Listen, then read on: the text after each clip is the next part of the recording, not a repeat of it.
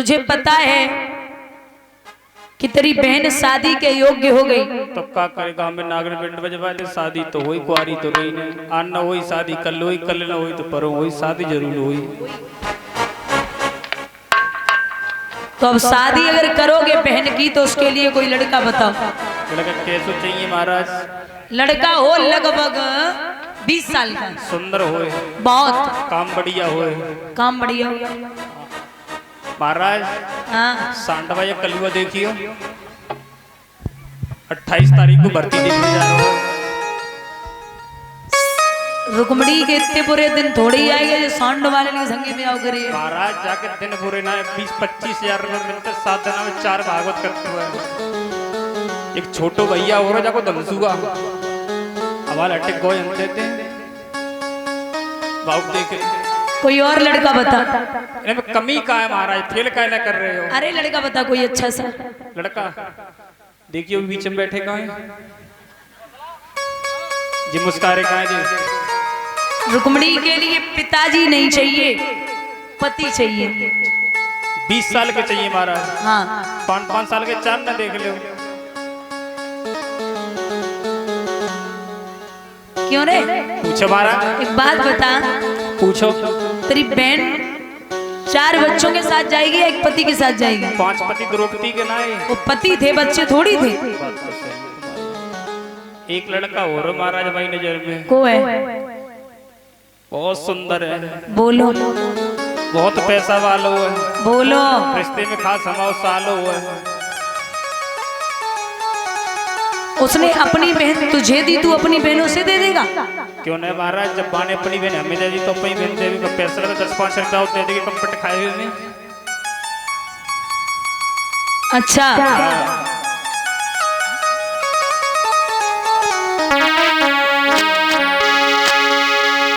अरे सुनी बबुला के बेनरे रोको समझावे।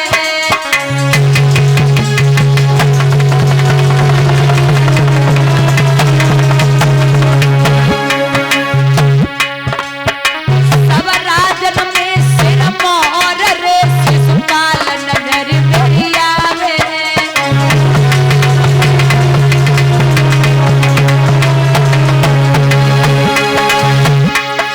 मेरे पिता करूंगो मैं वहां पे शादी, सब राजन में सिर मोहर पिताजी झूठ नहीं करती।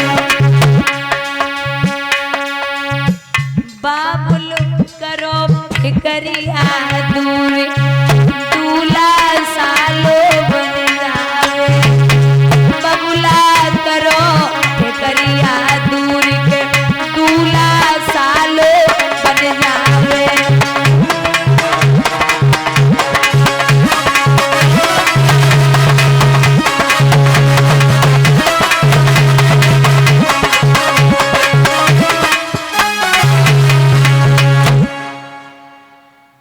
आप चिंता ना करें, रुक्मणी के लिए हमारा साला शिशुपाल ठीक है। बोले अरे बाबरे, हमारी बिटिया के लिए है शिशु माने बच्चा और पाल माने पालन करने वाला। हम अपनी बेटी को उस घर में नहीं कर सकते। और चाचा,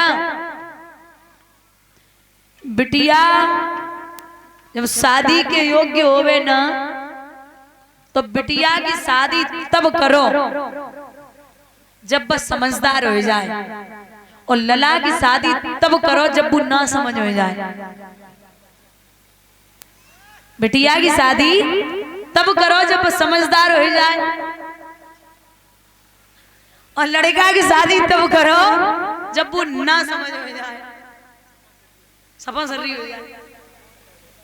अरे ना महाराज ऐसी कोई बात ना है, बहुत सुंदर है, घड़ी फड़ी बांध है।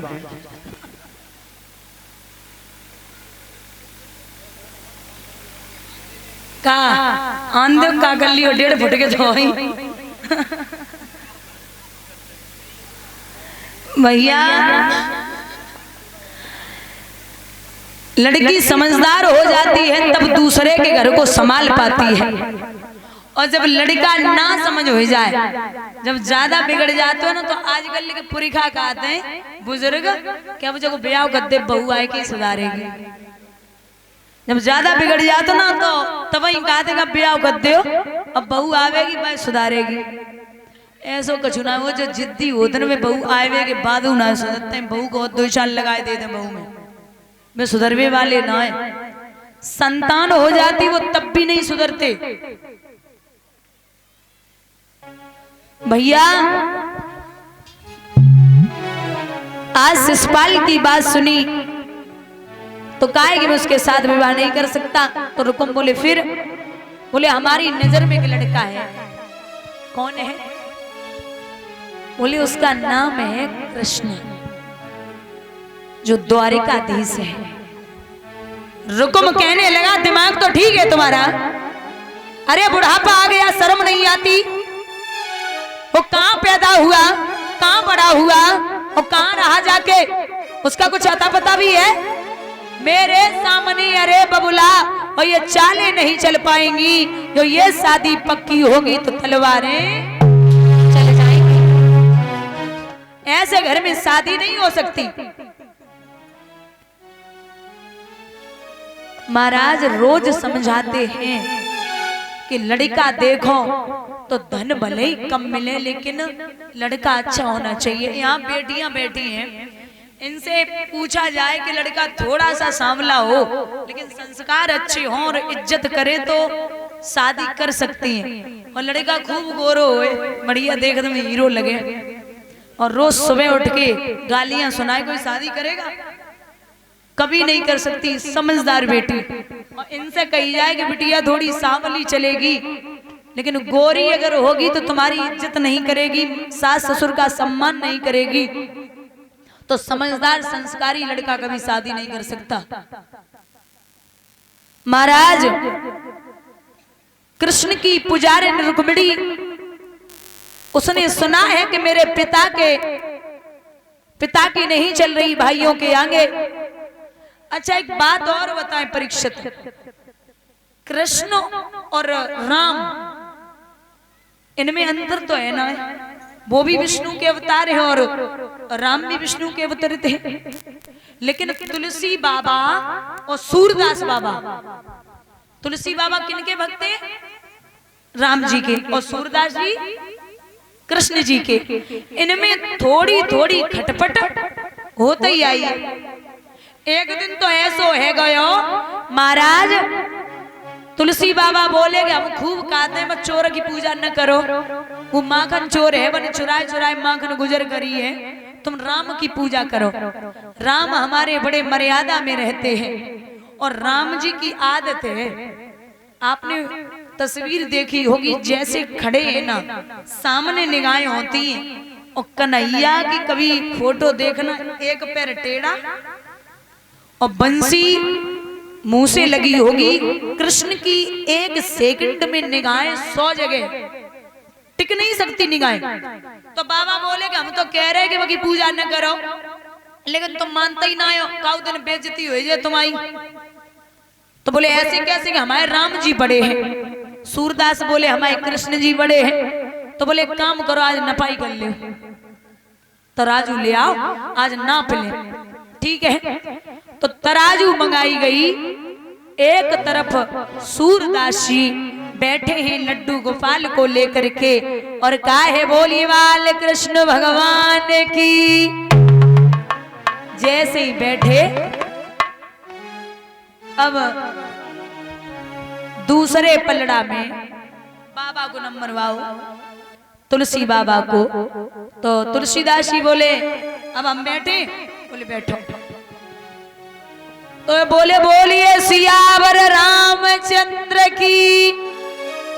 जो नाम लियो और बाबा तराजू में बैठे तो महाराज सूरदास बाबा को पलड़ा ऊपर और बाबा तुलसीदास जी नीचे। भारी कौन हुआ? जो नीचे हैं। बाबा सूरदास बोले ये क्या है भाई, ये तो गजब हो गया, अब क्या करें? तुलसी बाबा बोले हम तो रोज ही समझाए रहे, मान ले बेइज्जती कराए दिएंगे। तुम तो माने ही नहीं। चलो आज तो हम ही तुम अकेले हते तो जेल नहीं बेचती, कल भरे समाज में होवेगी तब काम वो दिखाओगे।